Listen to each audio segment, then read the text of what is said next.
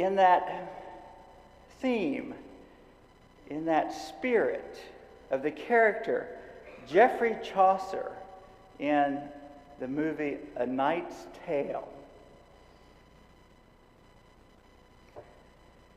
My lords, my ladies, and those not wearing ribbons on your name tags, I have the privilege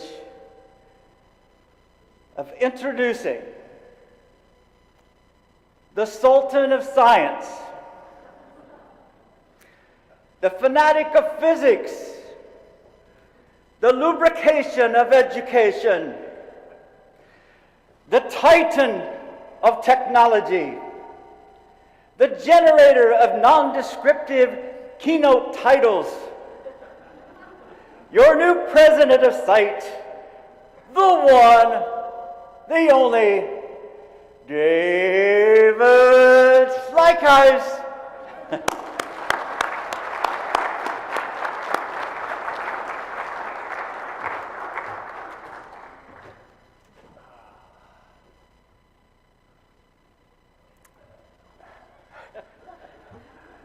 Thank you very much, Dr. Park, for that introduction.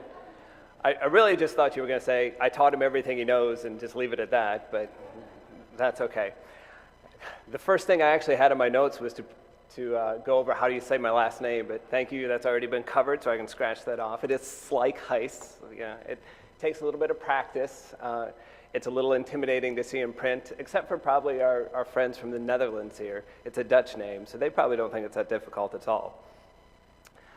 All right, so I want to cover a few basics here. For starters, you may have noticed the screens on the side. We're going to do things a little bit differently this morning.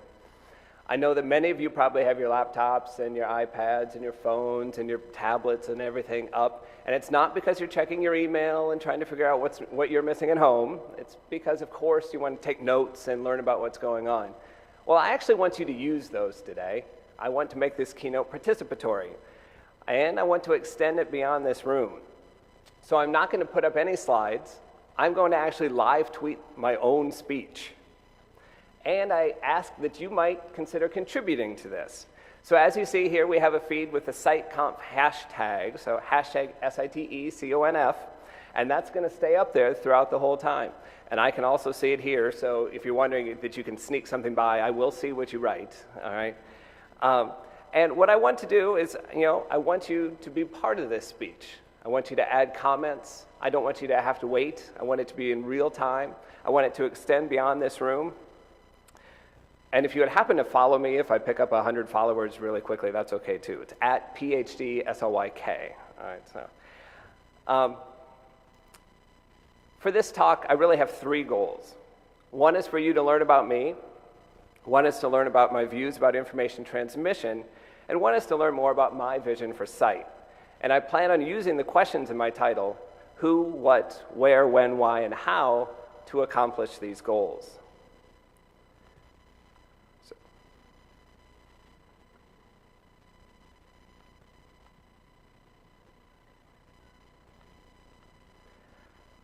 So why did I choose this title?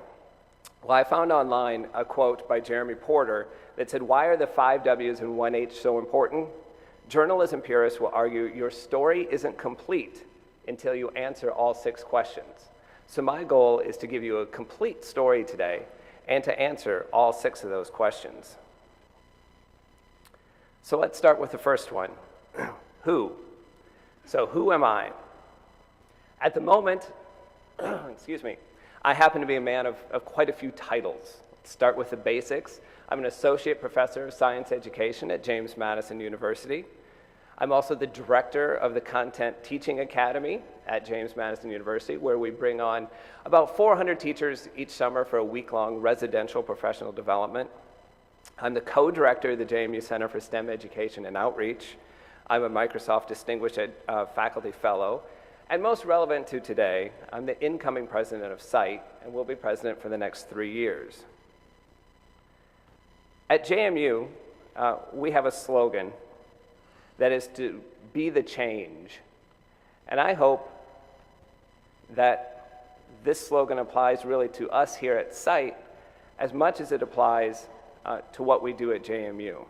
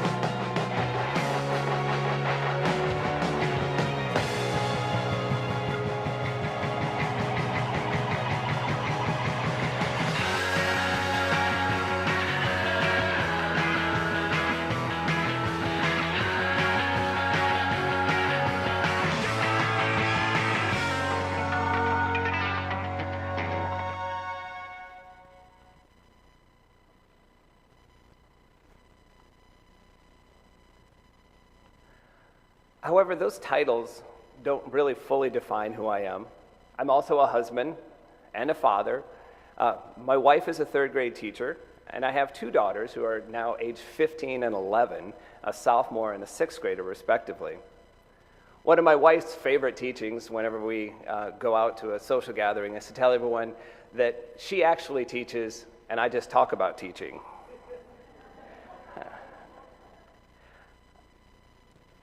If you'd like to really learn more about me, I do actually have a website where there are more videos and things that you could see. One of the things I really love, more about me, some of these videos that have been taken and doing a variety of things, the freeze frame that always gets chosen to be the first frame is sometimes very unfortunate.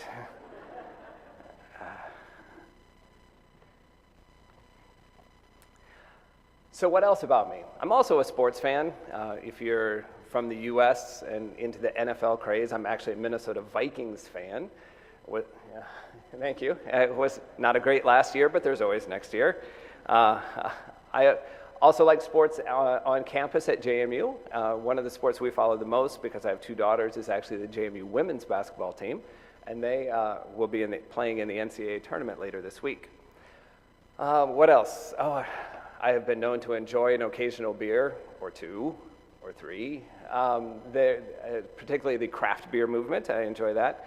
But most importantly, I love technology. I love all sorts of technology, gadgets, gizmos, whether it be at work, at school, at home. I have a hard time getting enough of all of them. And it actually turns out that I'm platform agnostic. I have a Mac computer, I have a Windows tablet, and I have an Android phone. So I'm all over the place. So who needs information and who is giving the information? My answer to that is everyone, all the time. And believe it or not, this is not a new phenomenon because of mobile devices, that everyone wants information all the time. Earlier this year, I got an email from my dad. My dad's a great guy, he was a wonderful father, but he's not particularly tech savvy, nor particularly tech friendly for all that matter. And the email that he sent me was one of those things that had been forwarded, this long chain that went around. And it had a supposed quote from Albert Einstein that said, "I fear the day when technology overlaps with our humanity. The world will only have a generation of idiots." And then it had a long string of pictures of those young people, at the beach, at the restaurant, at a museum, where everyone was on their phone and no one was actually interacting with each other. Well, it turns out, I actually did a little bit of research on that quote, and that quote is not attributable to Albert Einstein. And it turns out that being addicted to information is not a new phenomenon either.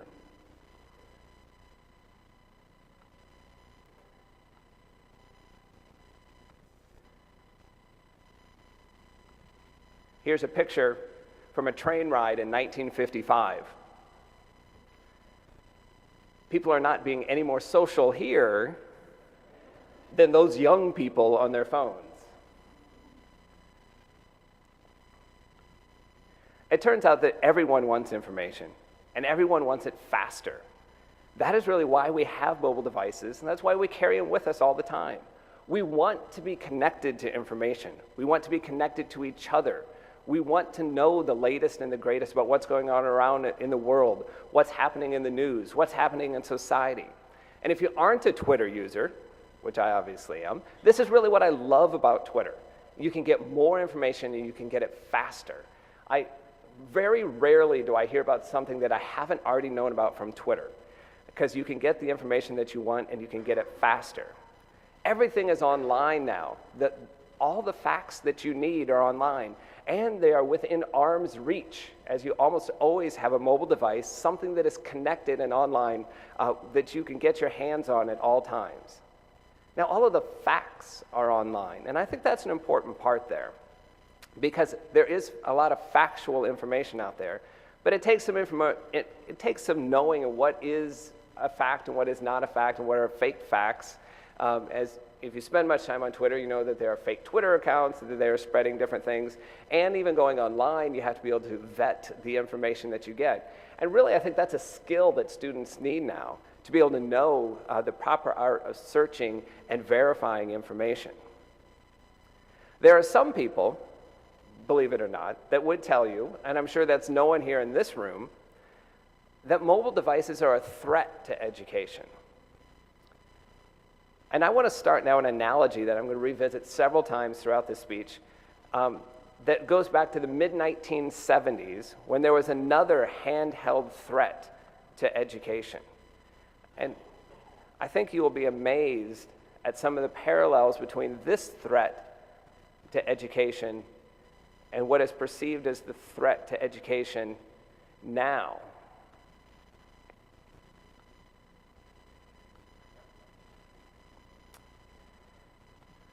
It turns out that this was a big threat to education in the 1970s. It's a handheld device that actually does a lot of factual things for you, and it caused a lot of drama. The mathematics community was quite in a turmoil about what to do. In doing some searching online, I was able to find a Master's of Education thesis from Cedarville University by Sarah Banks titled A Historical Analysis of Attitudes Toward the Use of Calculators in Junior and High School Math Classrooms in the United States since 1975. I'm actually going to refer to this several times in building this analogy, and often I'm going to ask you to substitute the term mobile device for calculator. Here. I have something that we can practice on. So here's a quote from the article, and it says calculator in it, but simply substitute mobile device for calculator and see what happens. Accepting the popularity of calculators or mobile devices and realizing that this tool was not going to disappear, educators were forced to adapt. Sounds familiar. As for my vision for SITE, what I want to address for the who is plugged in to SITE. We're all here at the conference. We're all going to leave energized and excited and ready to try new things that we learned this week. And I'm plugged into SITE. I tweet and I follow this hashtag, hashtag SITE CONF. I am on Academic Experts, which I'll talk more about later. And I have many connections through SITE that have led to so many of the projects and the co-authoring and the opportunities that I've had. The question is, are you plugged into SITE? Are you using each other as a network? Are you forming a PLN based on SITE contacts? So let's return to the original question, who needs information and who is giving it? I think everyone in the school cycle, from preschool through PhD, needs information. Students need information. Teachers need information. Professors need information. And they're getting it all the time on any connected device. Who is giving the information? I think students are giving the information. Teachers are giving the information. Professors are giving the information. And in ways that were never possible before. In tweets, on Facebook, on blogs, and and even in articles. So the next question, what? What is SITE? I think that's a fairly easy question to answer. SITE, it's the Friendly Society. My predecessors in the presidency, coined that term a long time ago, and I definitely want to see that continue. SITE is a truly international conference. If you haven't seen the statistics about SITE this year, attendance is slightly down, but it's still pretty good. We have right around 850 attendees, and we have about 50 countries represented. So really, when you want people to, is SITE international? There is no doubt SITE is an international conference, and we have the data to back that up. Well, what else is important about SITE? SITE is one of the few conferences that brings people together across multiple disciplines. It's not people talking to people just like them. It's not science educators and science educators, but it's from across disciplines, but focused on a theme, the use of technology in education. Plus, this is an anniversary year. This is the 25th anniversary of SITE and the 15th anniversary of SITE. And I did not actually misspeak there. And one of the things that's been confused for at least 15 years is that it's the 25th anniversary of SITE, the Society for Information Technology and Teacher Education. It's the 15th anniversary of SITE, CITE, Contemporary Issues in Technology and Teacher Education, a companion journal that SITE co-sponsors. And if the spelling and the pronunciation isn't tricky enough, both of those acronyms actually have the hidden T in them. I was just curious, since this is SITE Conference's 25th anniversary, is there anyone here that was at the first conference 25 years ago? There's at least one. Has anyone made it to all 25 conferences? Yes. Very nice. Yes, that should be an award.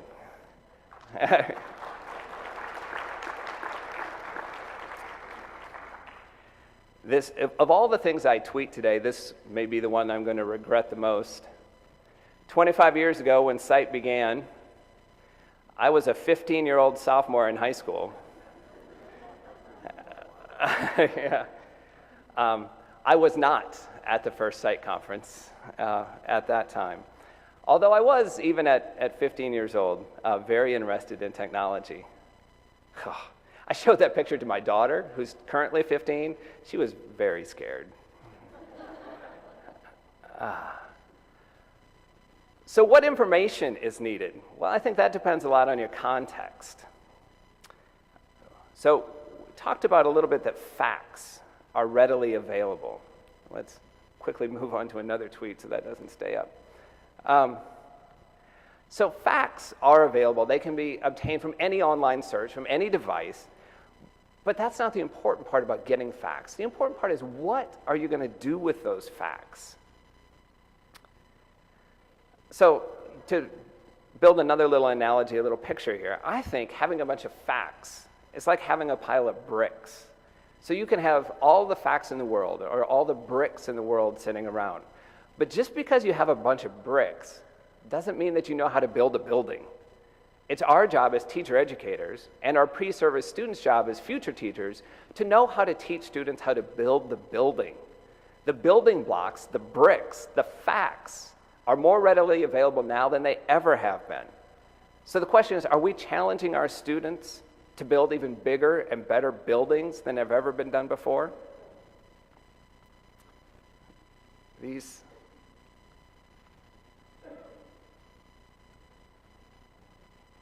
important part of facts is knowing what to do with them. I have tried very hard with my daughters. Harrisonburg, Virginia, I'll talk about it shortly here when we get to where, is actually a small town. It's where James Madison is located. And I have tried to let my daughters go through school with very little involvement from me as much as possible. However, this idea of facts and having students memorizing facts is one that really drives me crazy, because there's no real need to memorize facts anymore. You can get facts from anything. When the semester changed in January, my daughter was taking AP biology. She came home and she told me, "Dad, I'm really worried about AP biology." Obviously, I'm a science educator. I'm like, that's all right, I can help you with that. But she said, our very first assignment is by Friday, we have to memorize the entire periodic table. I literally tore my hair out, or I would have torn my hair out. That is the type of assignment that just drives me crazy. I actually even broke down and emailed our teacher and had a talking with him about that assignment. I think we reached a common understanding about how I felt about that. But there's no point in knowing facts like that. You have the periodic table with you all the time, or you can't. I'm sure if you have a smartphone, you have a periodic table app, right? Right? Who wouldn't have a periodic table app? That's what everyone needs. So how far can we push this with having mobile devices, having access to facts all the time? What if you were to allow mobile devices into your classes, including on exams? So if you asked a question that could be answered by a search, so be it. Either that question is a brick, it's not a great question, or you taught your students how to do a quick and effective search. But I think most of us would quickly find we would start asking how to build the building questions and not what is a brick question. The next question is where? All right. So first of all, some of you may be wondering, and I just mentioned, where is James Madison University? James Madison University is confused so often. It's confused wherever I go because it turns out it's one of those universities that doesn't have a location in its name, and it also happens to be in fairly close proximity to George Mason University, George Washington University, and there is also over the hill the university founded by Thomas Jefferson, which is the University of Virginia. James Madison is none of those. All right, James Madison University is nestled in the Shenandoah Valley, and now that I've been there 10 years, I have found out that you are not allowed to refer to it as simply the Shenandoah Valley. It must always be referred to as the beautiful Shenandoah Valley of Virginia. It is a lovely place and a lovely campus. So here is Harrisonburg. Here is James Madison University. There we go. So this is kind of the main campus as JMU expanded. It first worked its way this way. So this is all part of campus over here now as well. And yes, that is an interstate that runs right through the middle of campus. If you look closely, there's also a set of train tracks that runs through campus, just to make it more exciting. There's also a sign, I kid you not, there's a sign posted that says, "Do not pass through a moving train," for the college students. Yeah. Turns out my office is actually over here in what is known as Memorial Hall. It was the old Harrisonburg High School. If you ever get a postcard or anything from JMU, you will get sort of this classic view from the quad and that you see down here, and then here's Wilson Hall. It's a very beautiful spot, James Madison University in Harrisonburg, Virginia. All right, so where is SITE? Well, obviously, SITE right now is here in Jacksonville, what was supposed to be sunny Jacksonville, which might eventually be sunny Jacksonville if we stick around here long enough. But where else is SITE? Well, I know where SITE's going to be the next 2 years. I know I'm going to be there. So SITE in 2015 is in Las Vegas. SITE 2016 is in Savannah, Georgia. So just go ahead and mark those down now as places where you want to be the next 2 years. So where is information being transmitted? Well, not just in schools. Information, the news cycle, it never ends. If you're thinking of yourself as a transmitter of information to your students while they are sitting in front of you, that's a dated concept. They can and should be learning from you all the time. Learning from you all the time at one point maybe meant that you gave them an out-of-class assignment and homework, but that no longer has to be the case. There's no reason that you can't read something, a current event article or something online that is relevant to your class, and at that moment, post it to your class's LMS and use a discussion board to have a conversation about it that day. It may not be in real time, but it'll be in near time. as opposed to if you wait 3 to 5 days to bring it into class when you see them again the next time, 3 to 5 days today is no longer a current event. I want to go back to that analogy of the acceptance of the calculator and read to you a paragraph from that master's thesis. Again, every time as I read this and I say the word calculator, I want you to hear mobile device. When I say computational skill, hear factual information. All right, are you ready? You can do this little mental game in your head. So, SITE and Parks in 1982 found that virtually every student had access to a calculator, mobile device, at home, and concluded that teachers and schools must form their reaction to this fact. To ignore calculators in school would be to disregard new technology and seem hypocritical to students. Since students had access to calculators at home, teachers had an increased responsibility to determine guidelines for using calculators in the classroom in addition to homework. At this time, teachers were extremely divided over the role of calculators in the classroom. Those who did not use calculators felt that the acquisition of computational skills, factual information, would be hindered through calculator, mobile device, usage. Teachers who were firm believers in incorporating this new technology into curriculum felt that calculators, mobile devices, were a necessary tool of the future. Additionally, calculators were beneficial for students that were active learners. The calculator gave students more control of their learning. This new technology was also be used to help students discover relationships, reinforce concepts, check their own work, and solve many real-life problems. It's amazing that that's 1982 and how similar that is to what we are experiencing today. So where is information transmitted? Everywhere. To be honest with you, when I travel, if I go someplace that has no cell service or poor cell service, it's like I'm lost. I'm like, what am I going to do? I can't check my phone? How is this going to happen? My parents live in Nebraska, and they thankfully just recently they got 3G service at their house, and I find that kind of hard to live with, but I manage. So where is information transferred? Again, everywhere. I'll tell on myself one more time here. At home in Harrisburg, I also sing in our church choir. And it so happens at our church that our choir sits up front, right behind the preacher on full display of everyone. And I will tell you that information is transmitted from the choir loft. I have both texted and tweeted during church from the choir loft. So information transmission does not stop, and it can happen anywhere. So the next question is when? Well, let's start with first, when am I president of SITE? I wish I knew the exact answer to that. It's either tonight at the leadership dinner or sometime on Thursday there's something mythical that happens, or it could be on Friday morning, but I do know that before I leave this week, I will actually be president of SITE. So, second thing is, when are those upcoming SITE conferences?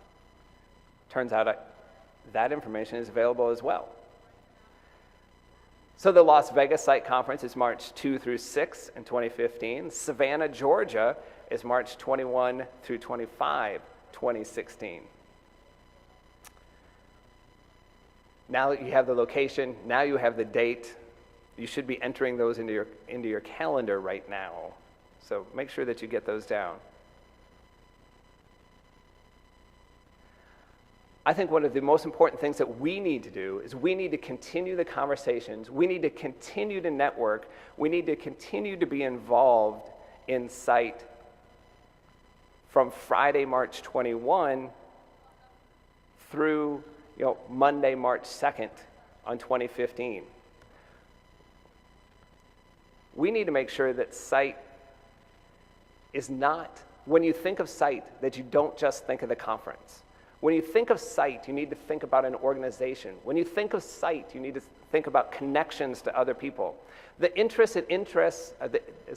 issues and interests that brought us all together this week don't disappear for the other 51 weeks. So why should we let those connections to each other disappear? So how are we going to build those connections? How are we going to stay connected from Saturday or Friday, Saturday, March 22, or up until Monday, March 2nd of 2015? Well, there's lots of different ways we can do this. We can stay plugged into SITE directly. There's the new Academic Experts Network. It's our own internal network here at SITE. On there, you can have friends, you can collect badges, you can start discussions, you connect with others. You could set up your own PLN, your own personal learning network, through Twitter of SITE people.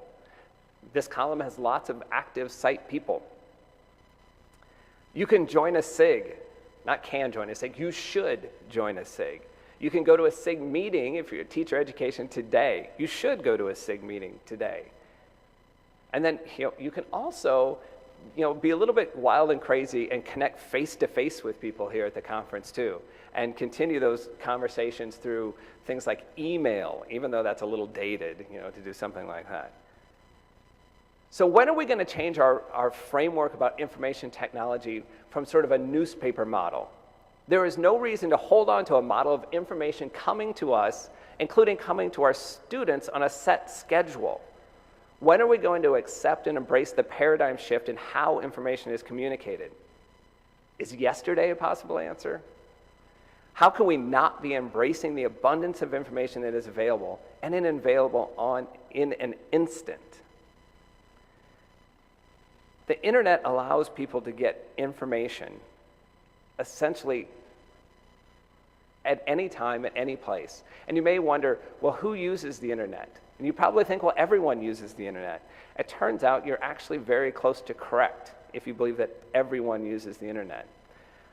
So a research report that just came out in January from Pew Research, now this is American statistics, says that 87% of all adults use the internet. However, if you look at younger people, that's 97% of ages 18 to 29.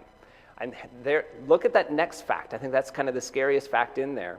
Of that 97% that are connecting online, 68% of them are connecting via a mobile device. The mobile devices that most people are using now are such a part of their life. I'll tell you, on the first day of class, I'm sure we all do the same thing. We all go over our syllabus, we all go over our rules, we all go over our expectations. We probably all go over our cell phone policy. I'll tell you my cell phone policy for class. After I go over the syllabus, I say, all right, everyone, take out your cell phones. Set them on the table in front of you, and use them whenever you want. I just don't want to hear them. That's my only policy on cell phones. If they want to text somebody in the middle of class, great, go ahead, that's fine. If you want to tweet about what we're doing in class, go ahead. You want to take a picture of me teaching and tweet it? That's even better, all right? Yeah, but the cell phones are part of them. They should be part of their class, part of their learning. Now, I will admit I do have one little thing about cell phones. I just can't stand to hear them, all right? So often students will set it on vibrate, and then they set it on the desk in front of them, and when it vibrates, it might as well be ringing, right, because it's so loud. So we do talk about that. And this is probably just a very personal thing. There's probably nothing that drives me much more crazy than the click, click, click, click, click, click, fake clicking sound that you get from keyboards. So we quickly go over how to turn that off if they want to use their cell phone in class. But my philosophy is, and I want my students to know, that being in class does not disconnect you from the rest of your life. And I also want them to realize that means that the rest of their life does not disconnect them from class. So, brings us to the next question. Why? Why am I president-elect of SITE? One of the things I want to do is I want to make sure you know the process of how this happened. Because I want to continue the trend and sort of accelerate the trend of making SITE transparent. I think that one of the things that SITE has grown up, and as we've become a more mature organization, we're trying with the reset election and the SIGs and many other things to sort of to bring everything forward and make everything transparent. And that's something that we need to do. So part of the process for being elected president was Last January, there was a call for nominations. Nominations were made. There was a committee of past presidents that vetted the candidates. The candidates then submitted position papers and vision papers for SITE. And then at SITE, the conference last year, at the leadership meeting, there was an election. So that, and every SIG leader and up who is a leader at SITE, at that point, was able to vote. And that is really sort of the procedural why I stand before you today. So why SITE? There are so many reasons for that, and I think you've heard a lot of those already today. But SITE is friendly. SITE is international. SITE is focused on teacher education, yet multidisciplinary. And we need each other. Working in isolation is no fun. I'm in probably a familiar situation to a lot of science educators in the fact that at JMU, I'm actually the only secondary science ed person. There's also an elementary science ed person, but he's in a different department. And so it's very difficult, as at James Madison, we're also a master's level institution, so I don't have a fleet of doc students at my disposal, to really be involved in big projects. But it turns out I have been involved in big projects. I've been involved in a lot of big projects. I've worked with big partners. I've worked with NASA. I've worked with Microsoft.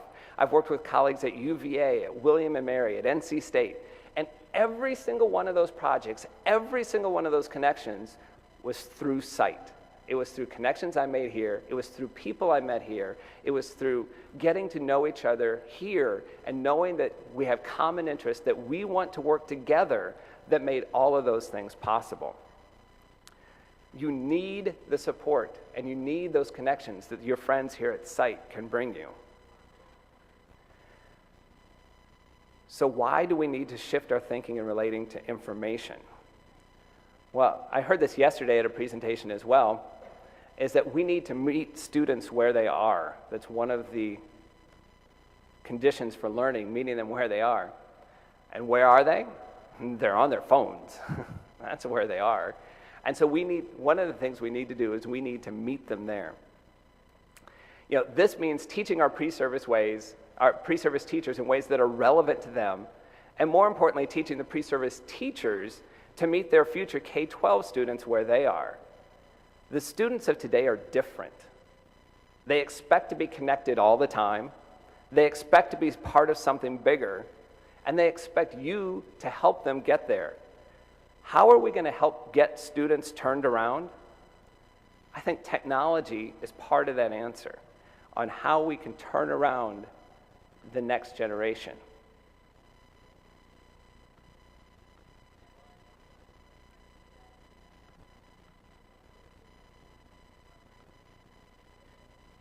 I am part of a lost generation, and I refuse to believe that I can change the world. I realize this may be a shock, but happiness comes from within is a lie, and money will make me happy. So in 30 years, I will tell my children they are not the most important thing in my life. My employer will know that I have my priorities straight because work is more important than family. I tell you this, once upon a time, families stayed together. But this will not be true in my era. This is a quick fix society. Experts tell me 30 years from now, I will be celebrating the 10th anniversary of my divorce. I do not concede that I will live in a country of my own making. In the future, environmental destruction will be the norm. No longer can it be said that my peers and I care about this earth. It will be evident that my generation is apathetic and lethargic. It is foolish to presume that there is hope. And all of this will come true unless we choose to reverse it. There is hope. It is foolish to presume that my generation is apathetic and lethargic. It will be evident that my peers and I care about this earth. No longer can it be said that environmental destruction will be the norm. In the future, I will live in a country of my own making. I do not concede that 30 years from now, I will be celebrating the 10th anniversary of my divorce. Experts tell me this is a quick fix society, but this will not be true in my era. Families stayed together once upon a time. I tell you this, family is more important than work. I have my priorities straight because my employer will know that they are not the most important thing in my life. So in 30 years, I will tell my children, money will make me happy is a lie, and true happiness comes from within.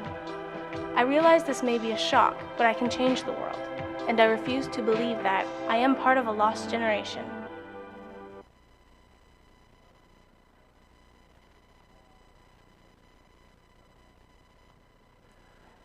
So part of our responsibility is to help these students turn around. So how do we meet them where they are? Let's return once again to the calculator metaphor. Again, insert mobile device for calculator here.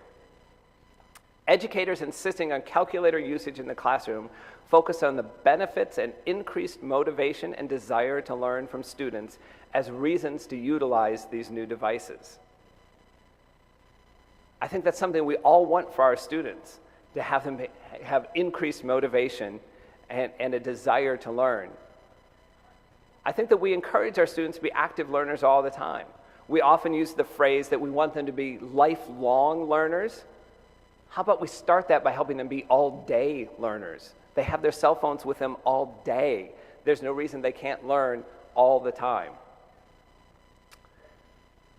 Let's return one more time to that brick analogy about bricks being facts.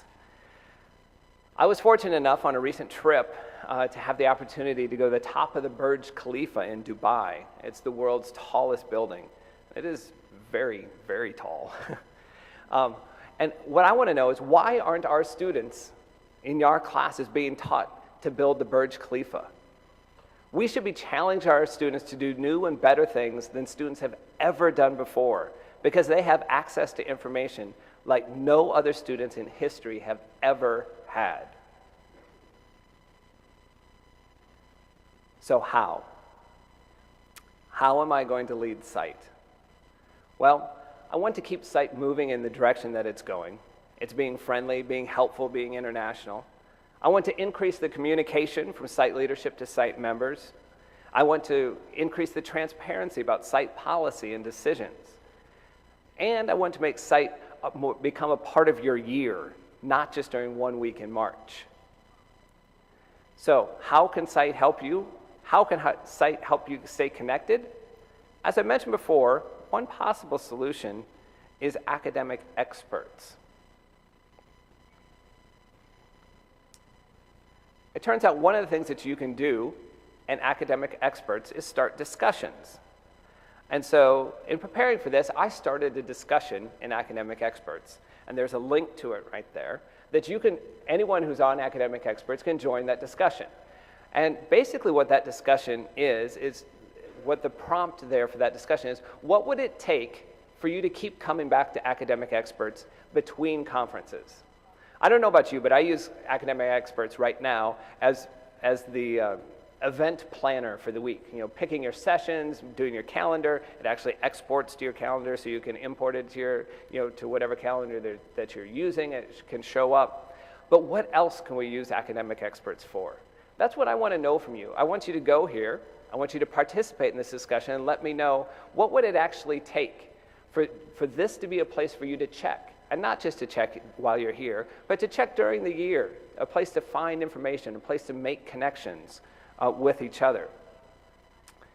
If you remember, in your pre-conference email that you got from SITE, it talked about academic experts, and it encouraged you to fill out your profile. And it gave a list of some of the features that academic experts has. In case you didn't read that email very carefully, I have that list for you. It says that you can plan your schedule, you can search for other attendees, you can connect with and message participants, you can create your personal profile, you can include in your profile imported publications from the EdIT library, and you can create and participate in discussions connected to every presentation, and you can view social web feeds. And there is more planned. I was having a conversation with some SITE attendees that one of the things that we could possibly do in this is add sort of an Amazon or a website star rating. So you go to a presentation, you give some presenter stars, so you could say, oh, look, there's a 5-star presenter today. However, that might not fit with our friendly society motto quite so well. So I doubt we'll move to the star rating system. But there's much more academic experts could do. And it's a new system. We have the opportunity now to really shape what we want that system to be and how we can use it. So I encourage you, if you haven't done it yet, go to academic experts, complete your profile, put up a picture so people know what you look like and can recognize you. You can find some friends on there, make connections, comment on presentations, use the tool, and let us know how we can make it better for you. So how are we going to equip tomorrow's teachers to transmit information and learning skills most effectively? Well, here, if you're like me, when I come to SITE, I come here, I get energized, I'm excited, full of new ideas, and then we go back to our universities and we implement those ideas. That's the first key that we learn here after we get caught up on all the email that we missed. But that includes embracing technology in our classrooms. And I would challenge you to go back and to embrace BYOD, bring your own device technology, including mobile devices in your classrooms. Let's look again at the calculator and mobile device. Because eventually in this debate, it got to the point that education leaders got to the point, if you can't beat them, let's join them. And it was at this point that teachers and curriculum writers searched for ways to teach effectively with a calculator as a pedagogical tool. So are we searching for ways to search effectively with mobile devices now? But this is not really a keynote about the importance of mobile devices. It's a keynote about the importance of taking advantage of the resources we have available and the information that is available to us. It just so happens that I believe that right now, that is device-driven. We used to think that it was great. We had our computers, we had desktop computers, it was great. And then there was a huge change, the laptop computer. We could take all of that information that we had, close it up into a tiny little 8 to 10 pound package that we could carry around with us. And we had access to all that. You now have access to all of the same information in your pocket on your mobile device. The key is our students also have access to all of that information in their pocket all the time. So how are we going to get to the tipping point? If you can't beat them, join them. Again, from the calculator analogy, part of this came from students being provided calculators. So to quote, it was, another milestone for students using calculators occurred as cities such as Chicago began to provide free calculators for all students. That was in 1988 when that happened. So how close are we to having the saturation that we would need for all students to have access all the time? Turns out I think we're a lot closer than you might believe. Oh, where'd that go? Look at these trends. Now, it's not, I really should have made a graph. You could see how fast it was shooting up. But I think you can picture it. It goes from, in 2011, 36% of teens own a smartphone to 58%. To 2013, 70% of teenagers now own a smartphone. My oldest daughter happens to be one of the 30% who doesn't, and she lets me know often. But can you envision a day when mobile devices are not just accepted into the classroom, but they're provided for students? I would love to get a class list sent home that says, bring pencils, bring paper, bring your mobile device. I think that's a great vision. Schools have now embraced one-to-one computing with laptops and with tablets, but why not with smartphones? And if you're going to give a student a smartphone, don't give them a smartphone just to use in school and to lock it down. Give them a smartphone with a data plan that students can take home, that they can use it. Even let them take selfies and Snapchat them back and forth. But we actually need to give them the technology that they want to use all the time, so that when they use that technology for academic purposes, it's a totally normal part of their routine. Are there concerns about this? Of course there are. There's concerns about safety, about cyberbullying, about access to content, but those really aren't different from any of the other concerns that we have with other computing devices. And many schools that are doing one-to-one currently are sending those laptops home with students. So, if you have been following along, you're going to find out that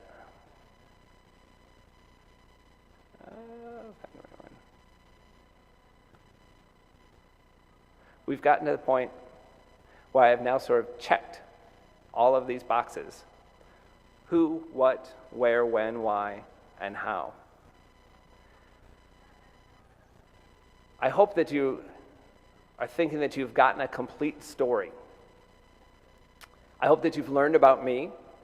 I hope that you've learned about the SITE conference. And I hope that you've learned about my views about information access and how we should take advantage of that access. Now, let's make sure to access a great information source, each other here at SITE, and make sure that that access to each other does not end this week. Let's keep connected. If you haven't yet, you can follow me on Twitter, @PhDSLYK. Same name on Instagram, by the way, if you want to follow me there. You can fill out your academic expert's profile. You can get involved in a SIG. Because I think this is SITE, where information and people connect.